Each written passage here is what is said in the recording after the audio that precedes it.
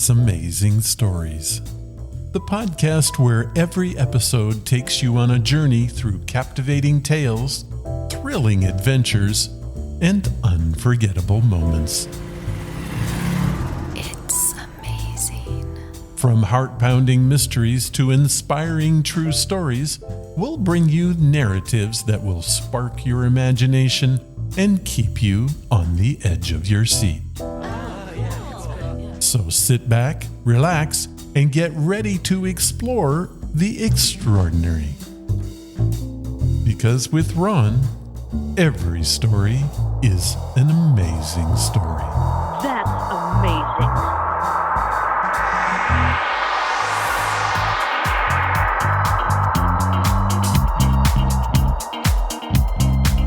Is that you say?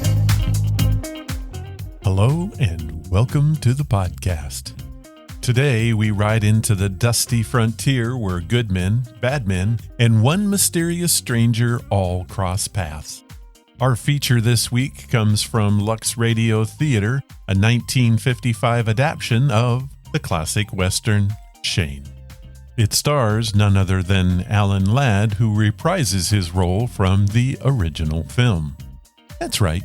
You're getting the real deal here, not some knockoff ranch hand in fancy boots. But first, let's talk a bit about the film, the radio show, and why this story has become such a monumental piece of Western lore. Let's start with the movie. Shane hit the theaters in 1953. It was directed by George Stevens, and it quickly became one of the defining Westerns of its era.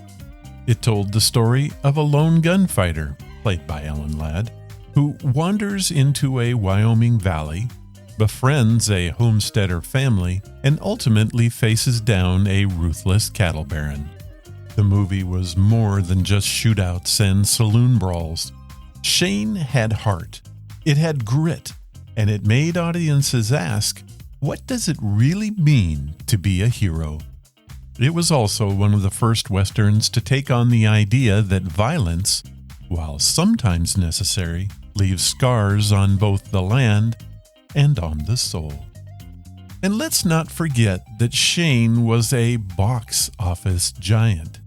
It was the third highest grossing film of 1953, ranking in over $20 million, which in 1953 dollars means you could probably buy Wyoming. Critics loved it, audiences adored it, and it even picked up 6 Oscar nominations, winning for Best Cinematography. Oh, and that famous line,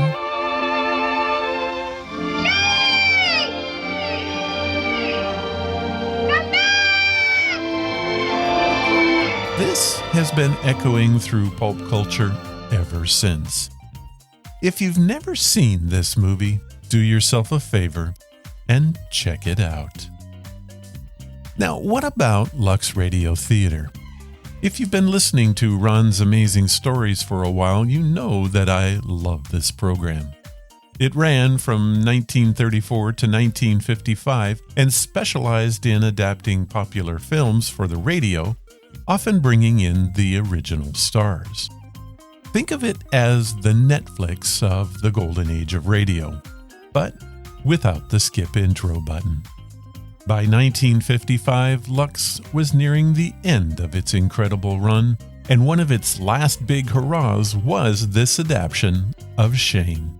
And having Alan Ladd step back into his role for radio was a real treat for listeners. Lux had a way of letting folks relive their favorite movies with just a dial twist and a little imagination.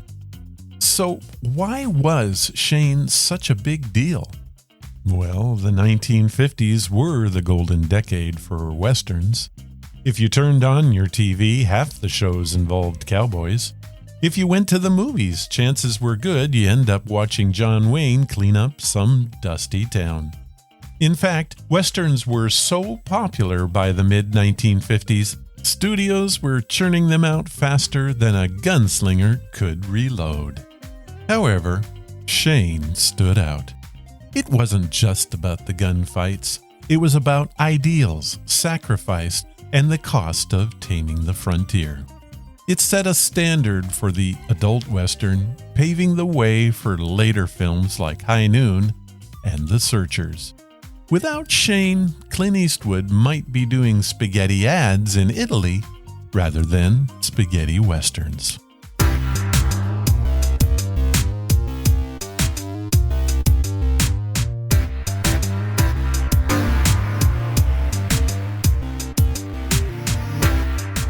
Okay then, I think it's high time that we head out west ourselves. Grab your hat, tighten your saddle, and keep your eye on that horizon. Trouble's always brewing there. Today's feature is Lux Radio Theater's adaptation of Shane. It first broadcast on February 22nd, 1955. Starring Alan Ladd, this is a story about courage, justice, and a man who just can't seem to stay put, no matter how nice the homestead is. Greetings from Hollywood, ladies and gentlemen. Tonight we bring you a story of our courageous Western homesteaders in their dramatic fight against the cattle barons. It's George Stephen's Shane. Appearing in their original roles, we have Alan Ladd and Van Heflin. And as their co-star, lovely Ruth Hussey. Shane won an Academy Award nomination as Best Picture of the Year for Paramount Pictures in 1954. Now Act One of Shane, starring Alan Ladd in the title role, Van Heflin as Starrett, and Ruth Hussey as Marion.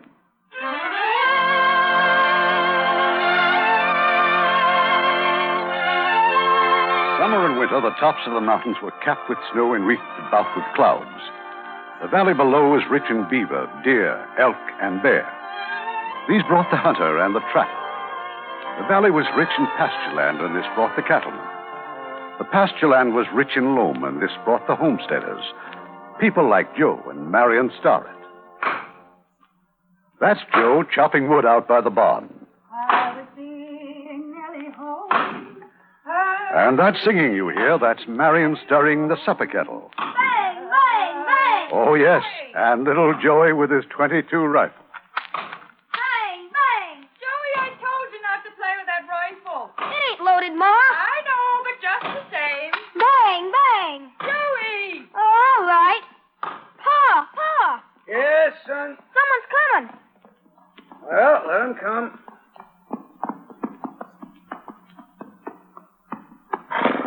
I hope you don't mind my cutting through your place. No, I guess not.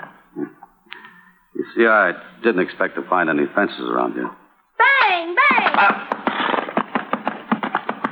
Well, you're a little touchy, aren't you, mister? Pulling a gun on a boy of 8? I didn't see him coming. All I heard was the gun cocking. I'm sorry, boy. Joey, give me that rifle. I told you. I just wanted to show it to him, Ma. I bet you can shoot, mister. Can't you? Well, a little bit. I was wondering where your friends were. My friends? Yes. What are the Riker boys up to this time? You know, I wouldn't know a Riker from your Jersey cow. Joey, you better go inside. Oh, Ma. Now, mind. Into the cabin, quick. All right.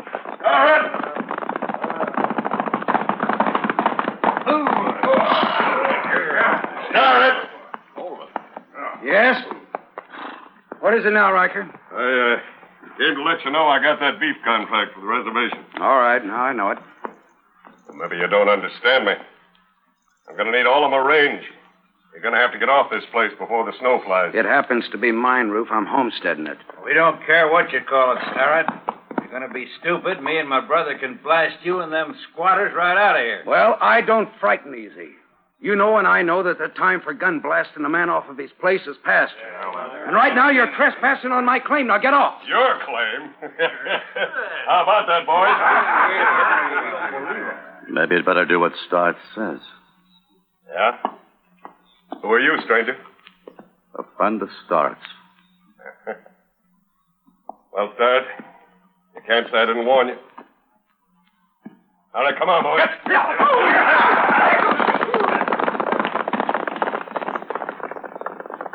Well, I guess I'll be moving along, too. Joe, Supper's almost ready. Oh, fine. Joe? Oh, yeah, sure. Wait, mister. Something? Yes, I'm sorry about the way I acted, taking you for one of the Rikers, and, well, now, you heard what the little woman said. Why don't you stay and eat with us? Now, how about it? Well, Now, sure you will. You know, I just plumb forgot. My name is Start, Joe Start, and this here is Marion. I'm pleased to meet you. And you are... Well, just call me Shane.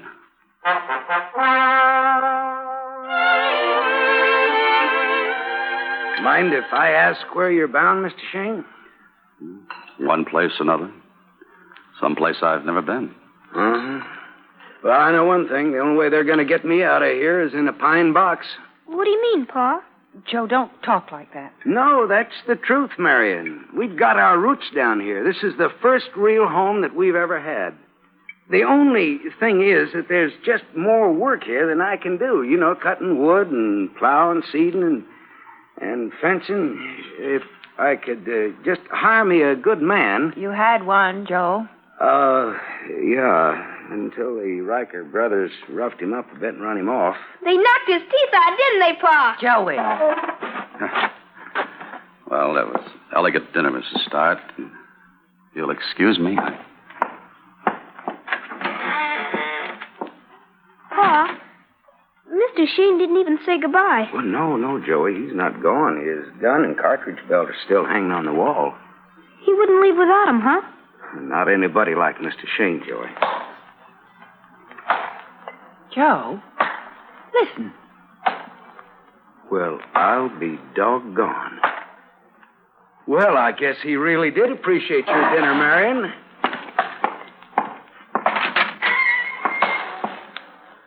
Shane, now leave some of that there stump for me. I've been trying to get that thing out of there for a year.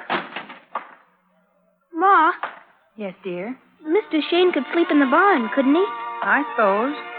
You think Pa's going to ask him to stay? I think he has, Joey. I think he's already done it.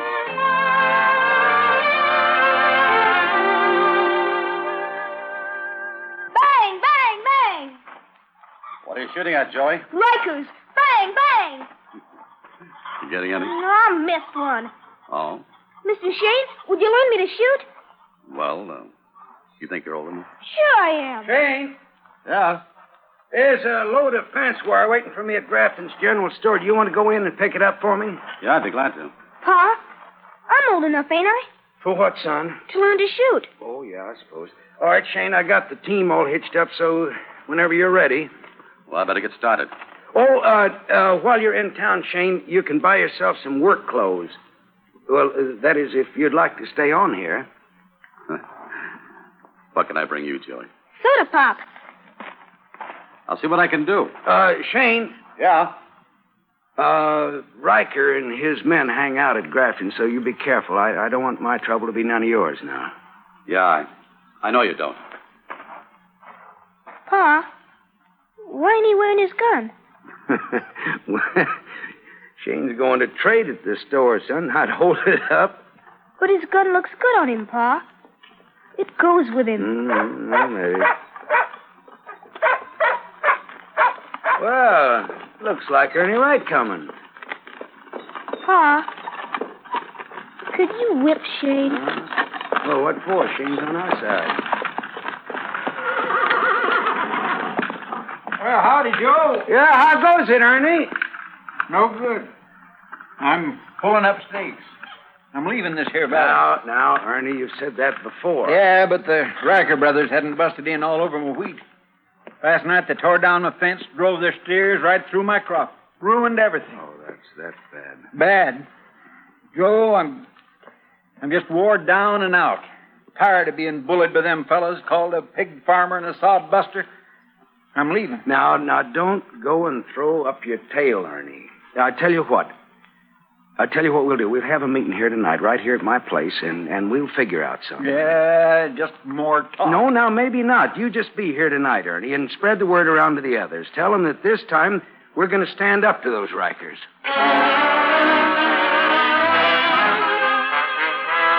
Grafton. Yeah? How much do I owe you?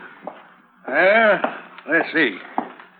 Work pants, 2 shirts, and a belt. That'll be, young man, you owe me $2 and 2 bits. Oh, well, yeah. The exact amount. Thanks. Oh, by the way, have you got any soda pop? Sure do. Just step through those swinging doors and ask the barkeep. Thank you very much.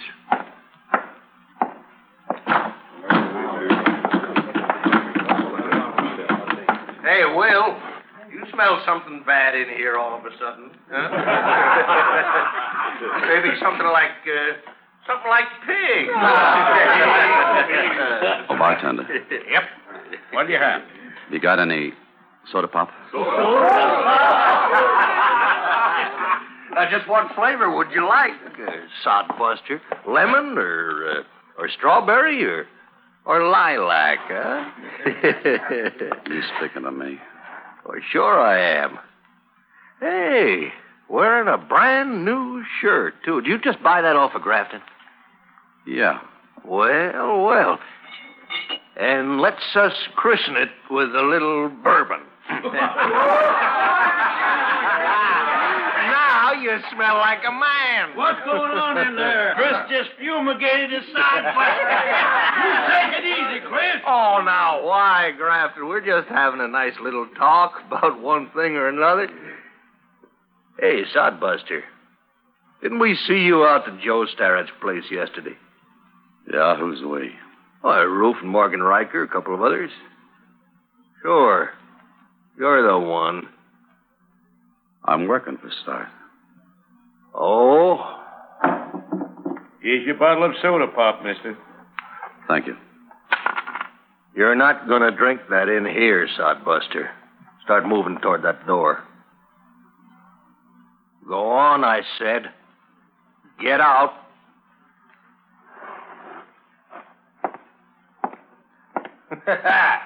See that, boys? Mr. Soda Pop is just as gutless as the rest.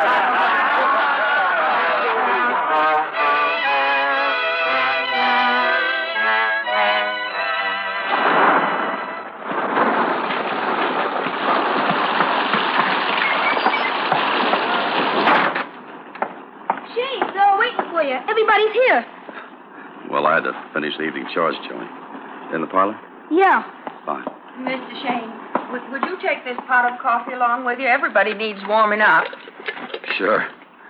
Oh, the cups? I already laid them out on the parlor table. All right. Joey, time to get ready for bed. That's just what Riker's trying to do. He's trying to scare us. Shoo us off here like a flock of chickens. But I'm not leaving. Not now or any other time. Hey, Joe. Joe, the coffee. Thanks, Shane. Here, I'll pour that. Guess most of you here don't know Shane. Shane, this is Ernie Wright. Howdy. Hello. And Fred Lewis. Yeah. Glad to see I you. seen you in town. And Axel Shipstead. How do you do? And Yank Potts, Ed Howells, Luke Johnson, and Stonewall Torrey over here. Glad to know you. Well, we've just been talking over about what to do about Riker, Shane. Some of the boys are kind of worried about going into town for supplies.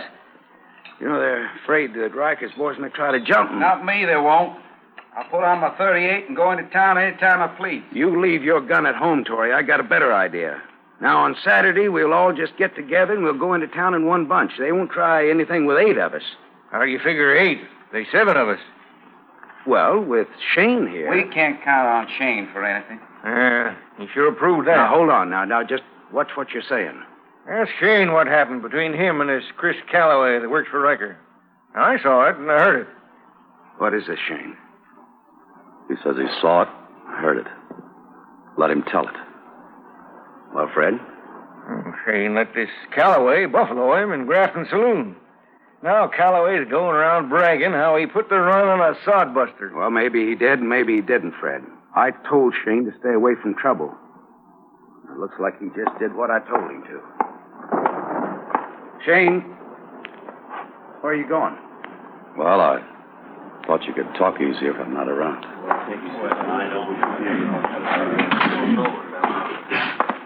Shane, tell him it ain't so. Joey, will you hush up? I heard him, Shane. I was listening. But I know you ain't afraid. Thank you, Joey. You wouldn't let anybody scare you, unless you were just pretending. That's what you were doing, weren't you? Just pretending. It's a long story, Joey. I think we understand, Shane. Maybe. Good night, ma'am. Shane, Ma'am? I hope the barn isn't too wet for you tonight. It won't stop me from sleeping. Good night. Good night, Shane. Joey, I told you to get ready for bed. Uh-huh. Joey, Yeah? don't get to like Shane too much. Why not? Well, because you mustn't. Is there something wrong with him? No. Well, then, why shouldn't I? You'll be moving on one day, Joey. You'll be upset if you get to liking him too much. You'll be awful upset.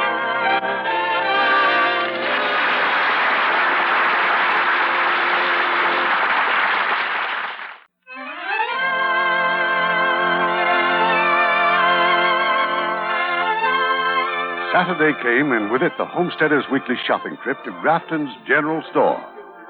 But this Saturday was to be very different and long remembered. Howdy, sir. What can I do you for? Well, you're going to have to ask my wife. Grafton Marin's got the shopping list. Of one thing for sure.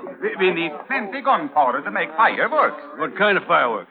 For big celebration. 4th of July and your Starrett's wedding anniversary all the same day. By golly, that's right. Hey, Marion. Yes, Joe, I'm Mr. Grafton, what do I get for this empty soda pop? Well, one bottle brings just about one stick of candy. Peppermint? Peppermint. But first, you go through those swinging doors over there, and you give the bottle to Will. All right. Joey, Yeah, Shane?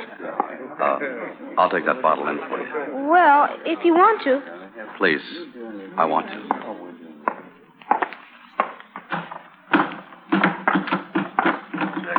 Well, now, looky here what we got. Well, yeah. There's a sodbuster, the one we call soda pop. Bartender. Yep. 2 whiskeys. 2? Hey, looky, pig farmer. I think you better get back inside with the women and kids, where it's safe. Don't push it, Calloway. What? Get going. 2 whiskeys. Take his money, Will, but I'm getting the drinks. Yeah. Like this.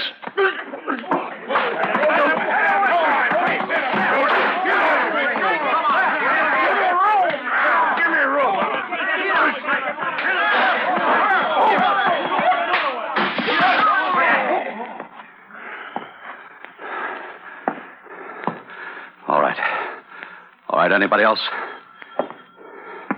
You, Riker? No. Let's cool down a bit, huh? Maybe I could use a man like you. I'm working for Starrett. Whatever he's paying, I'll double. I'm not interested.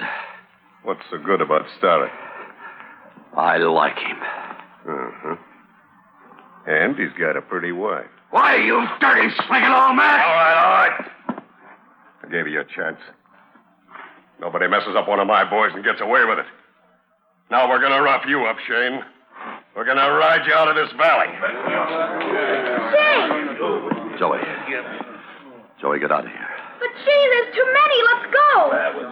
You wouldn't want me to run away, would you? Go on, Joey, please. But there's too many, Shane. Too many. All right, boys, close in. Light 'em out. Oh, they're going to kill Shane. They're all in there beating him and kicking him. They are they? Come on, Arnie. Now, we better stay out of it, Joe. No, it ain't all right, but I'm going to make it mine. Here, give me that axe handle. All right, boys, here's another one. You bet there is, Riker.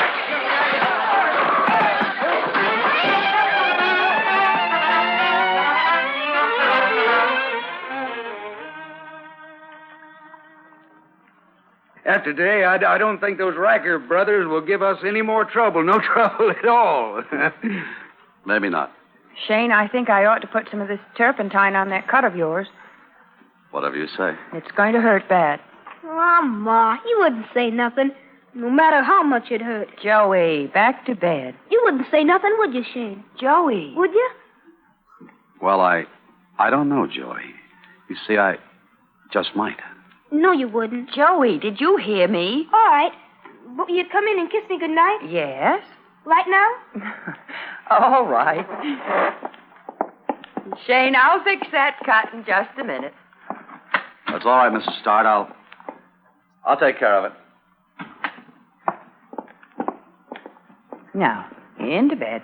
Ma, I just love Shane. Do you? I love him almost as much as I love Pa. That's all right, isn't it? He's a fine man, Joey. Don't you like him? You now get under the blankets, Joey. Don't you, Ma? Yes. I like him too, Joey. Good night, Ma.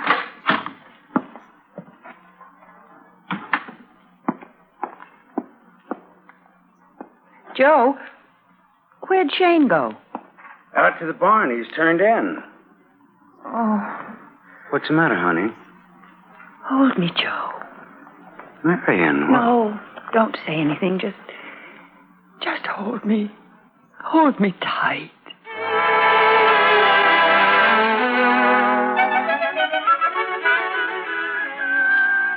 Bang, bang, bang.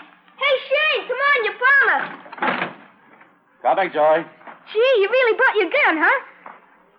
Yeah. You really going to show me how to shoot, huh? Well, like you said, Joey, I promised, but...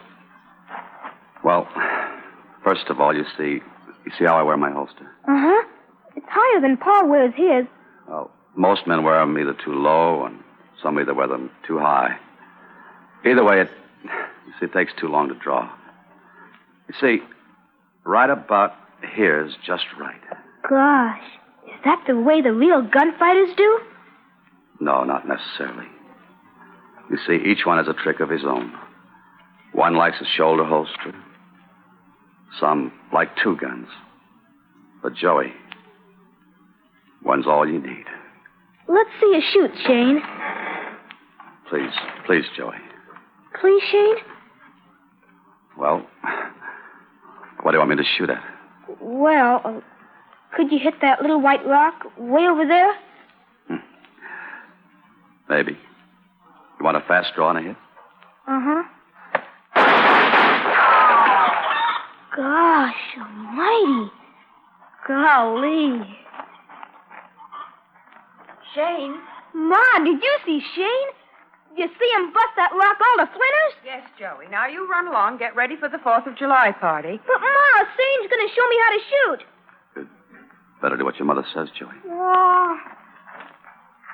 Bang, bang, bang! Shane, I don't want my boy to build his life around guns. A gun is just another tool, Marion. It's as good or as bad as the man who uses it. As the man himself. Shane? Yes? Nothing. Shane, you come along to the celebration over the ship's heads, aren't you? Well, if they want me. Well, of course they do. Now go on and hitch up the team. We're going to have the doggonedest big time you ever saw.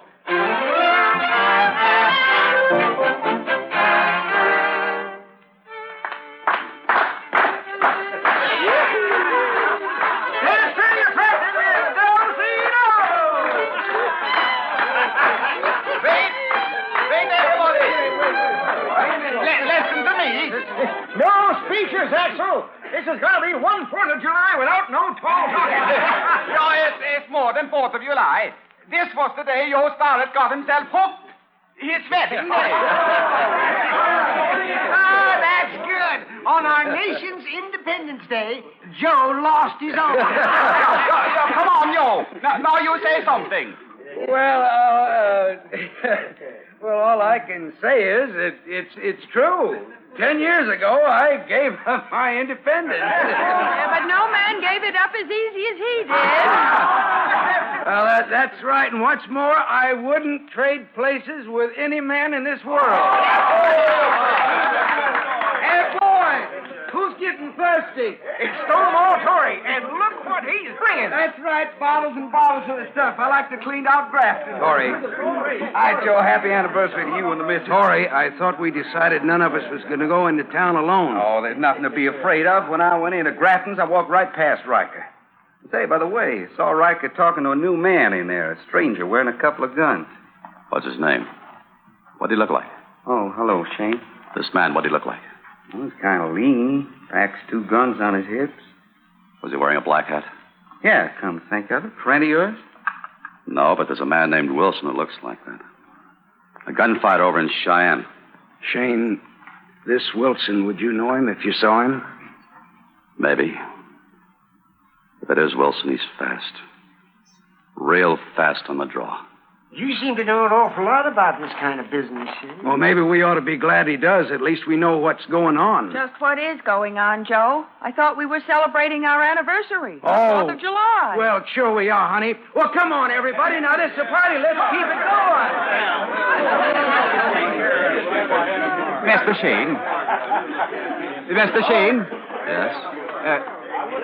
I've been wanting to go to the blacksmith shop, but Joe Starrett says we shouldn't go alone, and now we got this man Wilson in town.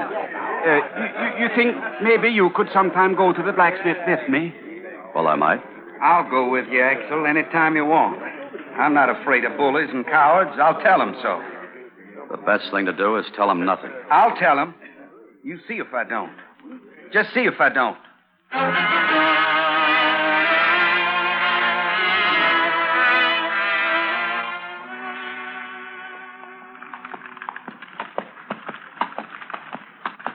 All right, Joey, jump down, open the gate, son. Yes, Pa. Wait a minute. Somebody's doing it for us. Joe, it's Morgan Riker. Drive right in, folks. Brother Roof's come to pay you a little visit. Go on, drive in. It's your place, ain't it? It sure is. Joe, who's that with Riker? Where? Over there, by the barn. See him, Shane, on that white horse? Yeah, I see. Kind of lean and wearing a black hat. Howdy, Stud. Evening, man. Riker. Something I'd like to talk over with you, Stud. All right. I'll lay it right on the barrelhead. How'd you like to work for me? I'm done working for others. I'll pay you top wages. You can run your cattle with mine, and what's more, I'll buy your homes. I'm not interested. Set a price you think is reasonable, Stud. You'll find me reasonable, too. You can't force me to do anything, Roof, because I'm in the right. You? What do you know about right? I come to this country when you weren't much older than that boy of yours there. We had some rough times. Cattle we brought in, hazed off the Indians and rustlers. I still got a bad shoulder from a Cheyenne arrowhead. Yeah, then people move in, fence off my range, fence me off from water. And I got to keep moving my stock, and you say we got no right to the range? No right, huh? I'm not belittling you, Riker. But you didn't find this country. There were trappers here, and there were Indian traders long before you showed up. They tamed this country a lot more than you did. No, look, Stuck. You think you've got the right to say that nobody else has got any. Well, that ain't the way the government looks at it. All right, that's your answer to me. That's my answer. Then you don't give a man much choice.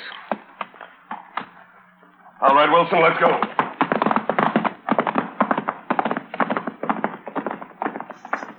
Shane, that fellow with Riker. Yeah. Yeah, it's Wilson, all right. The one I was talking about. What do you think Riker wants with him? Well, that's not too hard to figure. Wilson's got only one line of business, and it ain't punching cows.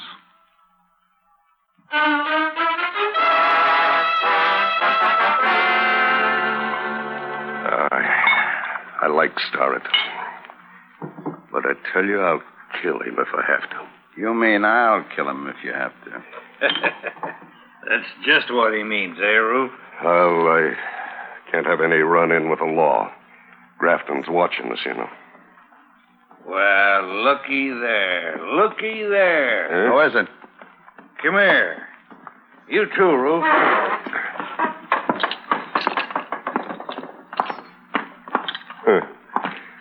Couple of those sodbusters. Yeah.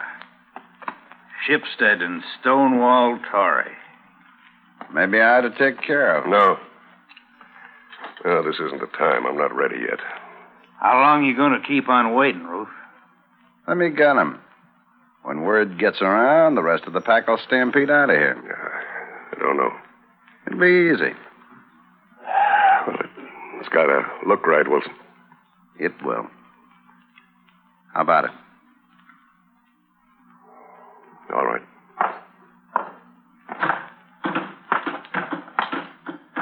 Hey, you.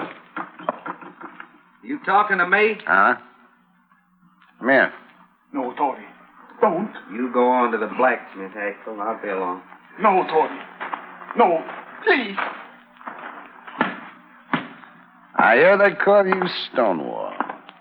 Anything wrong with that? They named a lot of that southern trash after old Stonewall. Maybe because old Stonewall Jackson was trash himself, and Lee and all the rest of them Reds. You too. You're a low-down lying Yankee. Prove it. No, Tory. No. I will. Tory! One less sodbuster.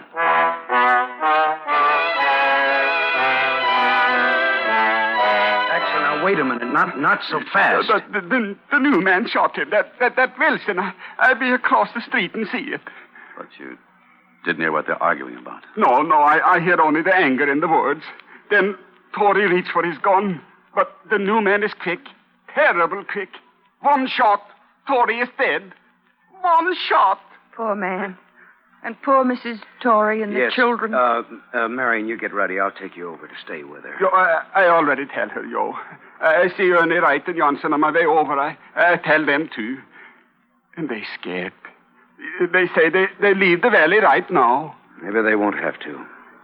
Shane, go hitch up that wagon. Going to town? Yes. No. Joe, I won't let you. Sooner or later, Marion, somebody's got to go. Maybe. But not now. No. You can't go alone. The others are all in this, too. You said so yourself, Joe. You said you'd all have to act together. She's right, Joe. And you're forgetting something else. What? Torrey's funeral. First things ought to come first. All right. First Torrey's funeral. But after that, Shane, I'm making no promises.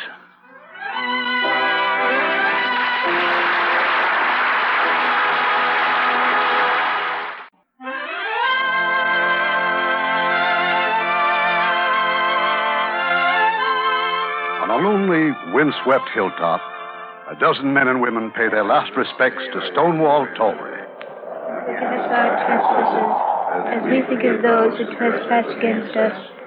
And lead us not into temptation, but deliver us from evil. For thine is the kingdom, and the power, and the glory, forever. Amen. Well, I guess that's about it. We'd like to say goodbye, Joe. And to you, Miss Starrett. You leaving today? Yeah, it's our wagon at the bottom of the hill, all packed and waiting. Come on, Sue, round up the kid. Wait for us, Fred. We're pulling out too. Us too, Fred.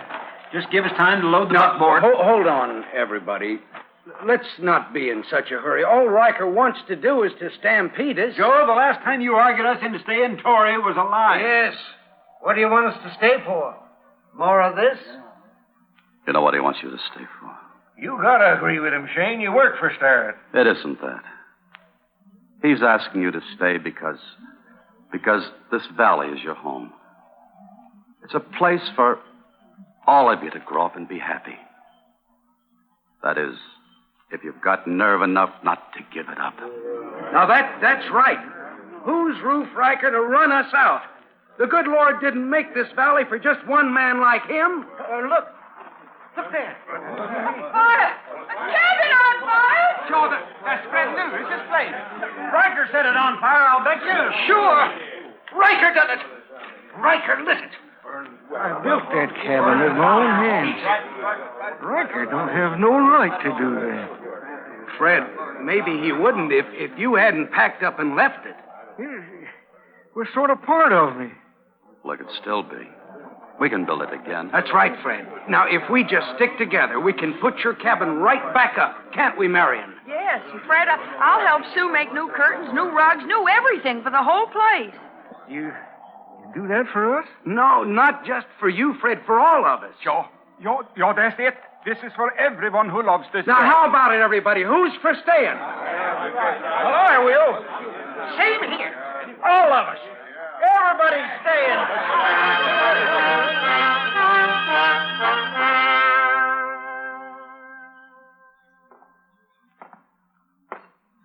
Looks like Lewis has gone back home. What for? There's nothing but ashes. Maybe he's sticking. Get Starrett. He's holding them all together. Starrett's got to go. I've warned him twice. He's pig-headed. Now he's got to go. Morgan, I want you to ride out to Starrett's place. Uh-huh. Tell him things have gone far enough. Tell him I'm beat. Tell him anything. But get him in here. He'll come. He thinks he can settle things by talk. And when he gets here? Don't start sweating. I'm not asking you to do it. Oh. You, Wilson? Uh-huh. Me.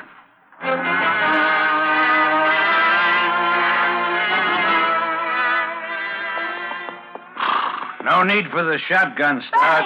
This is a peace party. You expect me to believe that after your brother fixes us to have my friend Torrey killed? No, Brother Roof wouldn't kill anybody. Torrey was a hothead. Picked on a stranger who could draw faster. Torrey wouldn't be reasonable. But you are, Starrett. You'll talk sense if Roof talks sense. Isn't that about the size of it? I'm willing to be fair. Sure you are. So's Roof. That's why he wants to see you. He'll be waiting at Grafton's. With how many others? Why, nobody. Me and the boys are heading out onto the range. Bang, bang, bang! All right, I'll see your brother. That's the spirit. So long, Starrett.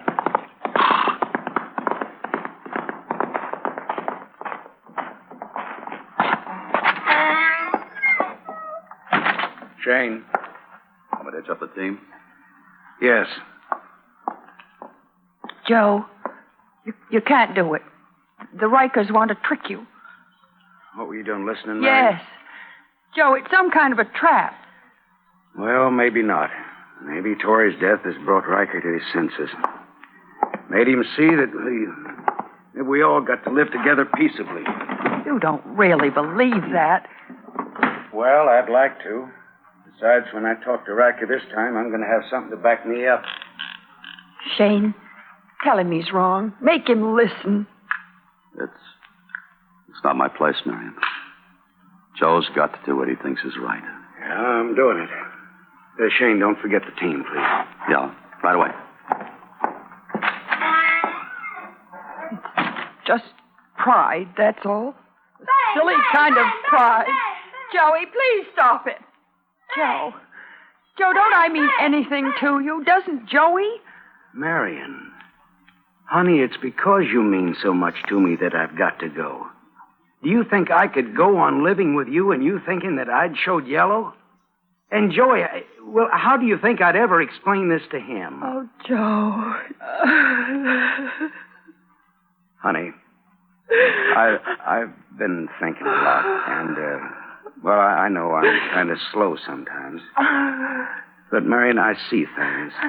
And I know that if anything happened to me, that you'd be took care of. Maybe even better than I could. You talk as if I'd be glad for you to go. Honey, you're the most honest and the finest girl that ever lived. And I couldn't do what I've got to do if I hadn't always known that I could trust you. Besides, now, let's not go counting me out yet. You know, the game's just starting. Shane, how you coming? Almost ready. Right,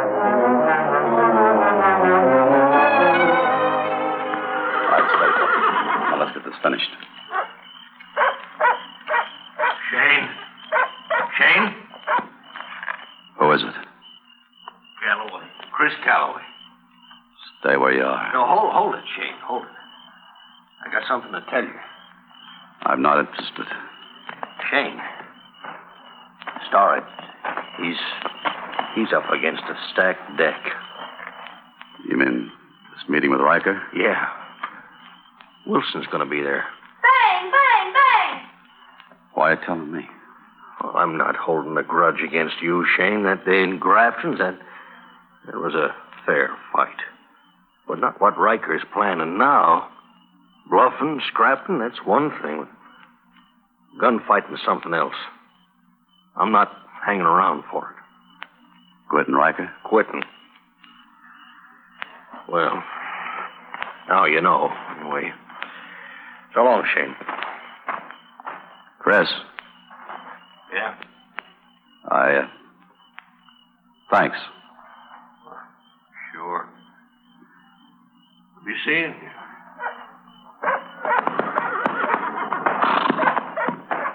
Bang, bang! Hey, Shane, let me show you how I... No. Not now, Joey, please. Shane, you're wearing your gun. Hey, Pa! Shane's got his gun on. What's the idea, Shane? This is my kind of game, Joe. You could take Riker, maybe. But not Wilson. Well, then I'll outlast him. No, neither one of you are going. This isn't worth anybody's life. What are you fighting for? This shack, this little piece of ground, and nothing but work, work, work. Joe, let's move. Let's leave. It's too late, Marion. And for you too, Joe. Shane, now get out of my way. Joe, you're staying. Am I going to have to fight you, too? That depends on you. All right. Joe! Shane! Stop it! Stop it! Stop! Shane! Come back! Come back! Starrett? You're staying here. No!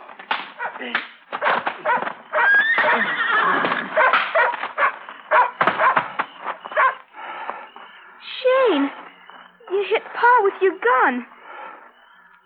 I hate you. Marion. Joey, go get some water and a towel. Yes, Ma. Marion, here's Joe's gun. Hide it, will you? He'll be all right. Yeah, in a little while. This way, no one can blame him for not keeping the date. Shane, wait. Yes? I had hoped you were through with gunfighting. I changed my mind. Are you doing this just for me? For you, Joe, and little Joe. Then we'll never see you again? Tell Joe I'm sorry. Shane, take care of yourself. Please. Shane! Shane! Joey, you mustn't feel badly about what he did to your father. He had to. You mustn't hate Shane. I don't hate him, Ma. Shane, I'm sorry. He knows, dear. Shane, I'm sorry. Joey, come back. I'm sorry, Shane. I'm sorry. Joey! Joey! Shane! Shane!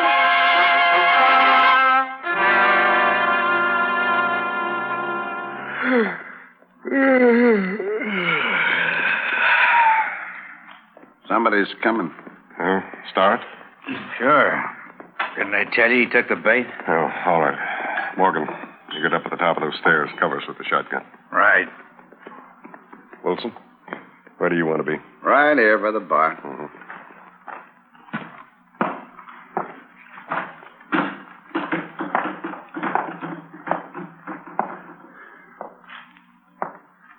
I came for that talk, Riker. I'm not dealing with you, Shane. Where's Start? You're dealing with me, Riker. What do you want to talk about? With you, not a thing. Oh, that's too bad. Why? Because talking is a lot healthier than fighting. Don't push it, Shane. Oh. That's your advice, huh? He means it, Shane. He's fast, lightning fast. Yeah. And you're right in the middle. Roof on one side, me on the other.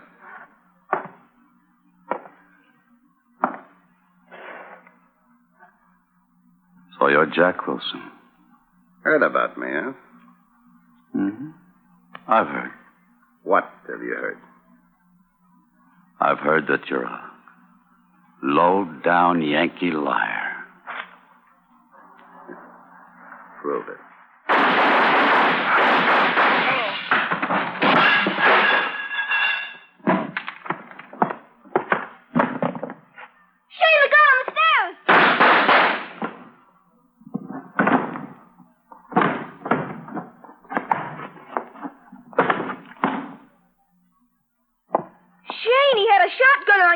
I was looking through the door and saw him.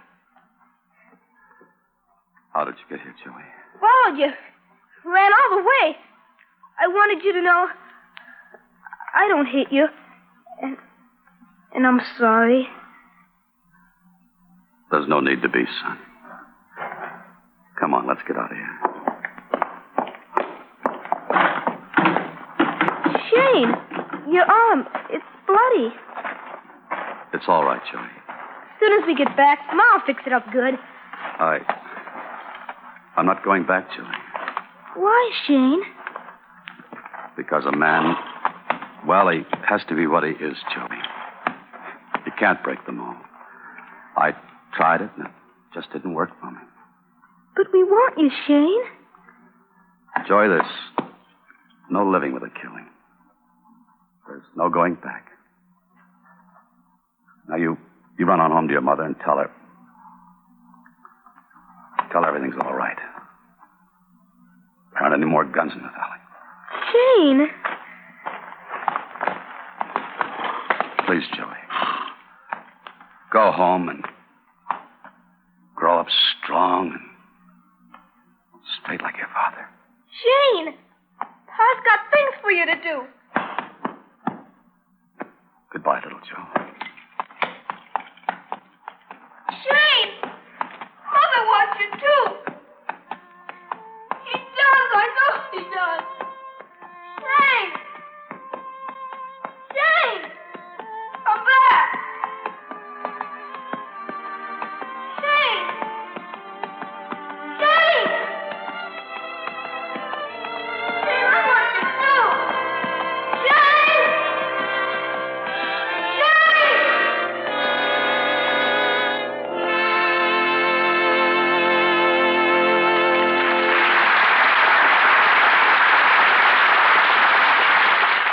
Here's Mr. Cummings with our stars.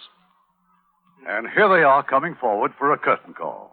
Alan Ladd, Van Heflin, and Ruth Hussey.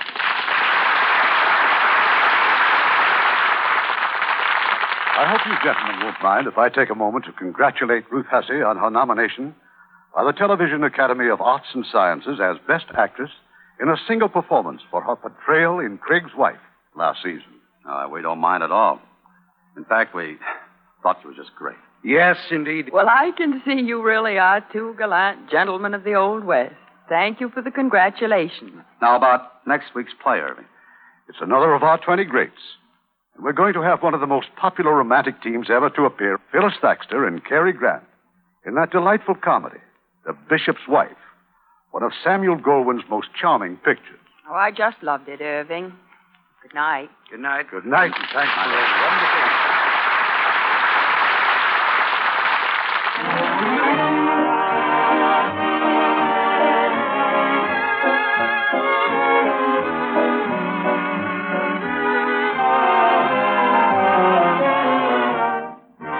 Hollywood Radio Theater is produced by Irving Cummings. Our orchestra is directed by Rudy Schrager. This is your announcer, Ken Carpenter, inviting you to be with us again next week at this same time for another presentation of the Hollywood Radio Theater. This is the United States Armed Forces Radio and Television Service.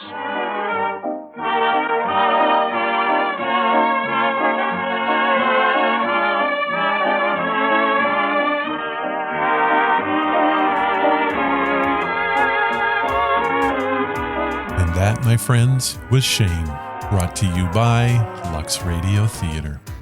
Alan Ladd's quiet, understated performance still packs a punch, even without the sweeping Wyoming landscapes to back him up. I hope you enjoyed this trip back to the frontier. Westerns may have peaked in the 1950s, but stories like this remind us why they captured the imagination of a generation.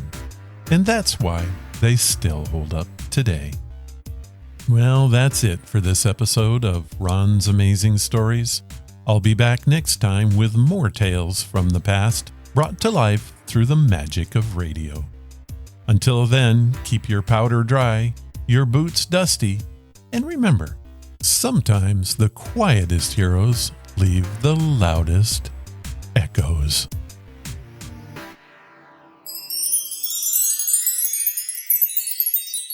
Okay, folks, hold up. Before I ride off into the sunset for good, I've got a little bonus for you. I couldn't let a Western episode go by without sharing a few fun tidbits that didn't quite make it into the main show. First, let's talk about Alan Ladd for a minute. He may have looked larger than life on screen, but in reality he was 5'6". Hollywood worked overtime with camera tricks, ramps, and even having co-stars standing in holes to make him look a bit more imposing. It worked so well that audience never doubted him as the mysterious gunfighter.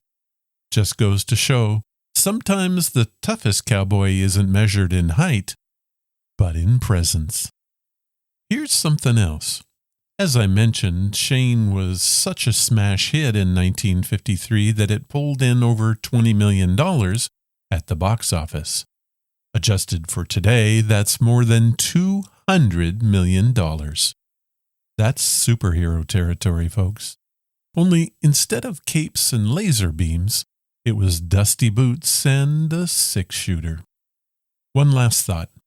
I often wonder how a character like Shane would fare if he wandered into our world today. He'd probably ride into town, park his horse outside a Starbucks, and order a black coffee. Then the barista would ask him for his name and pronoun.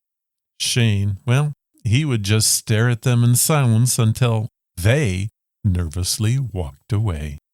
Some legends are timeless, and some don't mix well with lattes. Thanks for listening to Ron's Amazing Stories.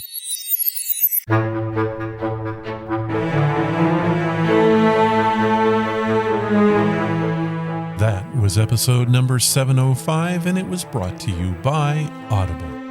Head to audibletrial.com/Ron's Amazing Stories and get a free audiobook today. You help the show if you do. Thank you, Audible. If you want to follow the podcast or the blog, head to ronsamazingstories.com. There you will find any of the links that I mentioned and how to contact us. Do you want to help the show? The best thing you can do is to tell your friends all about us and leave reviews and comments wherever you listen. Clicking that follow or like button helps us grow. Thank you for listening, and I hope you come again to find out what are Ron's Amazing Stories.